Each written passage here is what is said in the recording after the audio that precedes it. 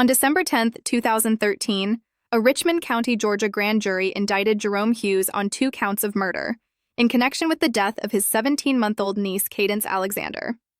At a jury trial held from June 22 through 25, 2015, Jerome was acquitted of malice murder but found guilty of felony murder predicated on cruelty to children in the second degree.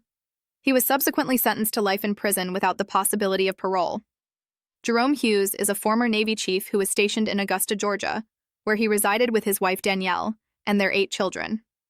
In May 2012, Danielle's sister surrendered temporary guardianship of her 2 young daughters to Danielle and Jerome, while she sought gainful employment to provide a more stable life for her girls.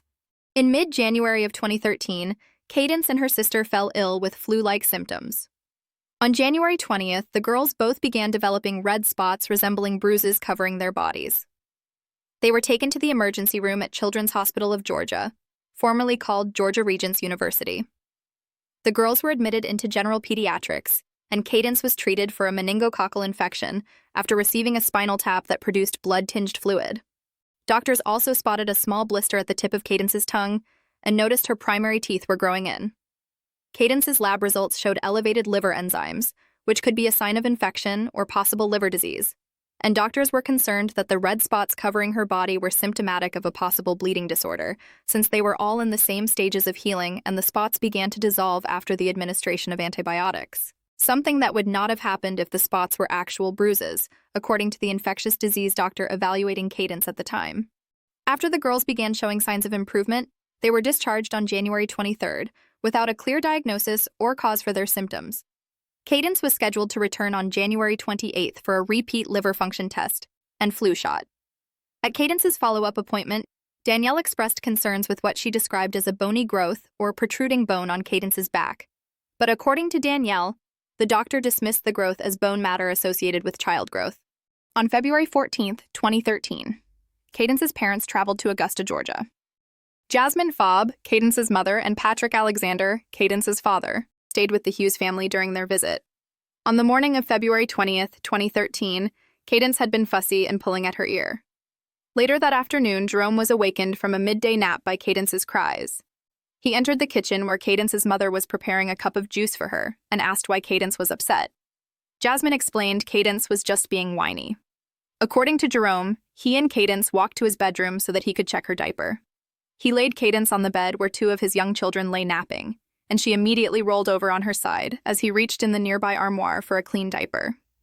Realizing the armoire was empty, Jerome walked to the living room, where Jasmine and Patrick sat watching TV and retrieved a diaper and baby wipes. As he proceeded back to the bedroom, Jerome asked Jasmine to call and inform Danielle that they were low on diapers. Upon re-entering the bedroom, Jerome gently rolled over a presumably asleep Cadence to undo her onesie and diaper. He then called Jasmine into the bedroom to show her Cadence's dirty diaper, reasoning it was probably why she had been fussy. While Jasmine stood by, Jerome finished cleaning Cadence, then handed her back to her mother. Jasmine then took Cadence to the next room to lay her down, but noticed Cadence sounded congested, so she left the room to find a suction for her nose. Jasmine returned and began suctioning Cadence's nose, but when Cadence failed to respond with her usual withdrawal to having her nose cleaned, Jasmine and Patrick realized she was not breathing. They immediately informed Jerome, who then called 911. As Jerome relayed instructions from the 911 dispatcher, Patrick performed CPR on Cadence for as long as he could while waiting for the first responders to arrive. Upon their arrival, emergency medical technicians, EMS, noted no obvious outward signs of trauma or injury to Cadence, but she was not breathing and had no pulse. They placed her in an ambulance and continued CPR, while en route to take Cadence to the very same hospital where she was seen less than a month prior. Once she arrived at the hospital, Cadence was intubated and placed on mechanical ventilator support. She was admitted to the pediatric intensive care unit where she was treated by Dr. Renuka Mehta. Upon her initial examination, Dr. Mehta observed fingertip-shaped bruises on Cadence's chest and reported suspected child abuse to child services. CT scans performed on Cadence showed she had brain swelling and bleeding that had been developing over the past several weeks. Dr. Mehta also reported Cadence had numerous fractured ribs in various stages of healing and quickly ruled out CPR as a cause. Cadence was officially pronounced dead on February 27, 2013. The state of Georgia's medical examiner, Dr. Laura Darasaw, performed Cadence's autopsy and confirmed 14 rib fractures, most in stages of healing ranging from 10 to 21 days old. Dr. Darasaw noticed a never-before-seen injury to the tip of Cadence's tongue, which she believed was caused by a forceful compression of Cadence's mouth. Dr. Darasaw further noted 4 impact sites to Cadence's skull, which she believes caused new bleeding in her brain. Although Dr. Darasaw could not say exactly how Cadence's injuries were inflicted, she determined Cadence's cause of death was a homicide by manual asphyxiation combined with blunt force trauma to her head. Dr. Darasaw also listed Cadence's rib fractures as a contributing factor to her death. Jerome retained current Georgia State Senator Harold V. Jones II for his defense. Senator Jones originally laid out a plan to hire a medical expert and interview approximately 60 witnesses in preparation for trial. Days after, in January of 2014, Senator Jones announced his candidacy for the Georgia State Senate and began campaigning immediately. Senator Jones was publicly endorsed by Richmond County Sheriff Richard Roundtree. Jerome later realized Sheriff Roundtree's office was responsible for investigating Cadence's death and charging Jerome with the alleged crime. Senator Jones's law firm, Lyons, Jones & Frales, LLC, legally represented Sheriff Roundtree, the Richmond County Sheriff's Office, and the entire Augusta-Richmond County. All conflicts of interest that should have disqualified Senator Jones from representing Jerome. After Senator Jones was elected in January of 2015, his Senate obligations became priority over Jerome's case. Senator Jones filed numerous continuances for additional time leading up to trial, but by the start of the trial on June 22, 2015, he had only interviewed Jerome and Danielle and maybe 2 of their children. Senator Jones opted to have a friend who was a general nurse to review Cadence's autopsy report and medical records, instead of hiring a medical expert, as he originally stated he would. He advised Jerome not to testify and then called no witnesses on Jerome's behalf at trial. Although Jerome and Cadence's parents all believe Jerome spent no more than 2 minutes alone with Cadence on February 20th, former lead investigator Christopher Langford and former Assistant District Attorney Rex Myers alleged Jerome was the only person who could have inflicted Cadence's injuries that day because he was the last person with Cadence when she became unresponsive, and that all of Cadence's injuries, old and new, were evidence of prolonged child abuse. During her trial testimony, Dr. Darasaw suggested the injury to Cadence's mouth, which paramedics and doctors all claim to have never seen, was the result of Cadence allegedly biting down on her tongue as she was suffocated by either a pillow or hand covering her mouth and nose. Dr. Darasaw rejected the possibility that the injury could have occurred during several attempts to place a breathing tube in Cadence's mouth, despite paramedic William Holstein having no record or recollection of whether he used the correct size breathing tube and his own admission to having to make an adjustment to the tube's placement in Cadence's mouth.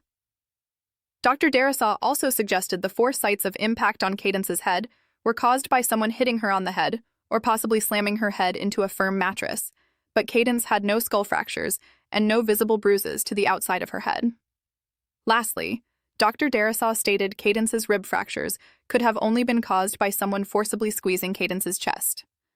The problem with this theory is that Cadence spent several days being cared for by different people at various locations when her rib fractures would have occurred. More importantly, Cadence would not have been in the care of Jerome Hughes or even in the Hughes family's home during that time.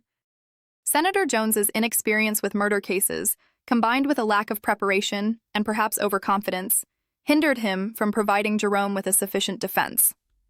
Senator Jones testified to having only tried 2 murder cases that never made it to trial, prior to representing Jerome. He also admitted his failure to object to the admission of testimony about Cadence's rib fractures was a mistake.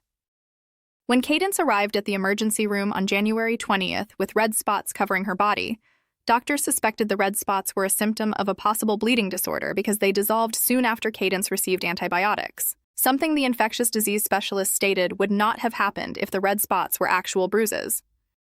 However, there is no evidence Cadence was ever tested for bleeding disorders, despite the pediatric infectious disease specialist's specific recommendations to do so.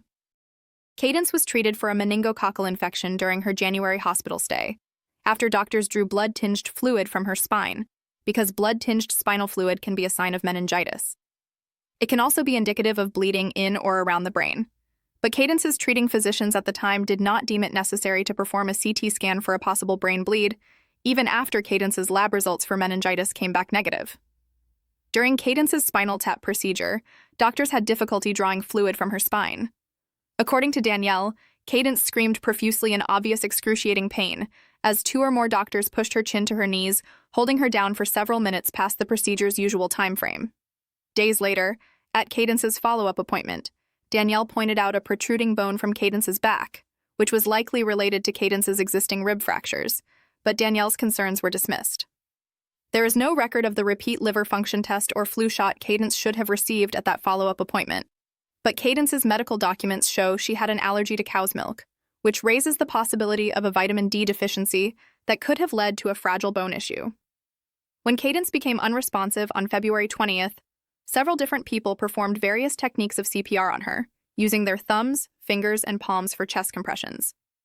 Patrick began performing CPR shortly after 1 p.m., for as long as he could until the first responders arrived. Paramedics stated they continued to perform CPR non-stop until about 8 minutes before their 4:25 p.m. arrival at the hospital. They also admitted to 3 failed attempts at placing an IV into one of Cadence's legs until they succeeded with her opposite leg. This sequence of events could explain the fingertip bruises on Cadence's chest and sides and bruises on her legs found later that day. Not only was Jerome wrongfully convicted, but he was also improperly sentenced to life without the possibility of parole. Based on the rule of lenity and Georgia's second-degree murder statute, Judge Carlisle Overstreet was obligated by law to sentence Jerome to no less than 10 years and no more than 30 years. Over the years, Jerome's version of events from February 20th, 2013 has never changed. The Hughes family have always contended Cadence died from an undiagnosed medical condition.